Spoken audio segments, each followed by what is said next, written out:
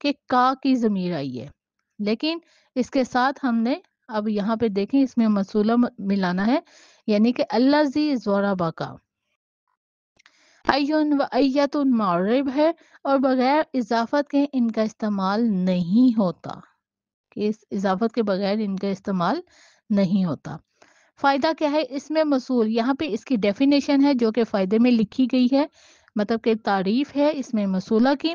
اس میں موصول وہ اسم ہے جو جملے کا پورا جز بغیر صلہ کے نہیں ہوتا، کہ جب تک صلہ موجود نہیں ہوگا اس میں موصول کا جملہ مکمل نہیں ہوگا۔ تو یہاں پہ آپ دیکھ سکتے ہیں اس میں موصول وہ اسم ہے جو جملے کا پورا جز بغیر صلے کے نہیں ہوتا، اور صلہ جملہ خبریہ ہوتا ہے۔ صلہ جو ہے اگر آپ نکالتے ہیں تو وہ ہمیشہ کیا ہوتا ہے، جملہ خبریہ ہوتے ہیں جس میں ضمیر موصول کی طرف لوٹنے والی ہوتی ہے۔ جیسے کہ یہاں پہ اگزامپل دی گئی ہے، مثال دی گئی ہے، جا الذی ابوہ عالمون، یہاں پہ آپ دیکھ سکتے ہیں الذی کا بھی استعمال آیا ہے، ہو کا بھی استعمال آیا ہے، اور میننگ کیا ہے اس کا، آیا وہ شخص کہ جس کا باپ عالم ہے۔ یہاں پہ اس کی جو ہے ہم ترکیب دیکھ لیتے ہیں، ترکیب میں کیا ہے، جا آ فعل ہے، یہاں پہ ہم نے ایک جملہ پڑھا ہے جس میں ہم نے پڑھا ہے جا الذی ابوہ عالمون، تو یہاں پہ جا آ کیا ہے، جا آ فعل ہے، الذی کیا ہے اس میں موصول ہے، ابو ہو ہم نے پڑھا تھا لیکن اب ہم نے اس کو مضاف مضاف الیہ بنانا ہے، ابو مضاف ہو جائے گا اور ہو کی ضمیر جو ہوگی مضاف الیہ ہو جائے گا، مضاف مضاف الیہ مل کے مبتدا بن جائے گا۔ اسی طرح عالمون آ جاتا ہے آگے جو کہ خبر ہے، ظاہر بات ہے ہمارے پاس اگر مبتدا ہے تو ہم نے اس کی خبر بھی بنانی ہے، تو یہاں پہ مبتدا خبر مل کر جملہ اسمیہ ہو کر صلہ ہوا، کیونکہ ہم نے موصول نکالا ہے، اور پیچھے ہم نے کیا پڑھا ہے، ہم نے پیچھے یہی پڑھا ہے کہ اس میں موصول وہ اسم ہے جو جملے کا پورا جز بغیر صلے کے ہو ہی نہیں سکتا، تو یہاں پہ ہم نے صلہ بھی نکالنا ہے،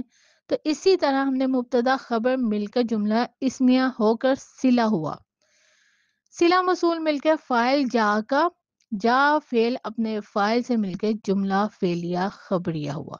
امید کروں گی کہ آج کا لیکچر آپ کو سمجھ آیا ہوگا علم النحو کا۔ اب ہم چلتے ہیں اپنے علم الصرف کی طرف، جو کہ ہمارا تھا علم الصرف میں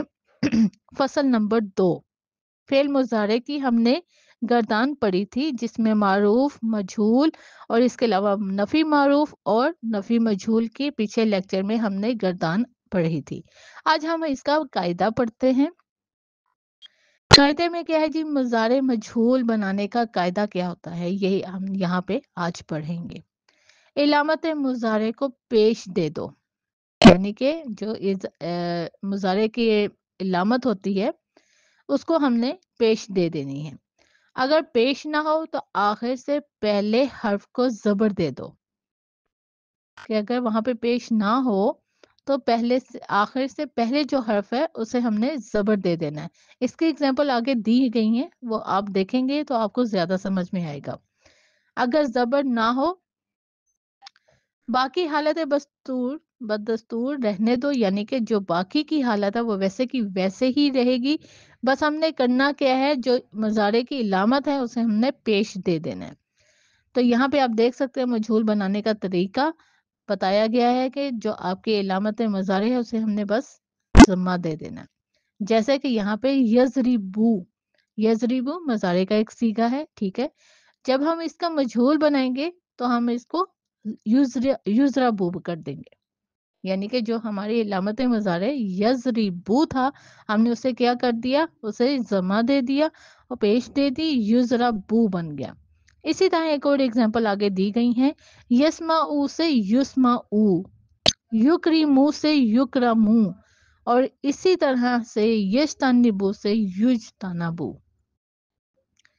تو یہاں پہ آپ دیکھ سکتے ہیں کہ یہاں پہ آپ کو مجہول بنانے کا قاعدہ جو ہے وہ بتایا گیا ہے، مضارع مجہول بنانے کا قاعدہ۔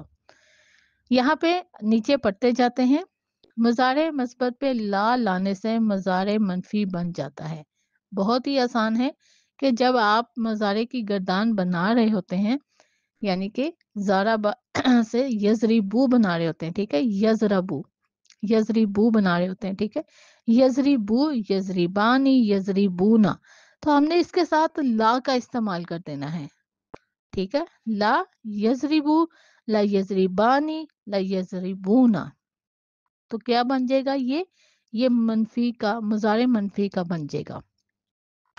تو ہم نے آج آپ کو بتایا کہ مضارع مجہول کس طرح سے بناتے ہیں، اور اسی طرح ہم نے آپ کو بتایا کہ مضارع سے منفی مضارع کیسے بنائیں گے، ٹھیک ہے۔ لا لگا دینے سے اس کا مطلب کیسے چینج ہو جائے گا؟ وہ نہیں مارتا ہے، لا یضربو، وہ نہیں مارتا ہے۔ تو اسی طرح اگر ہم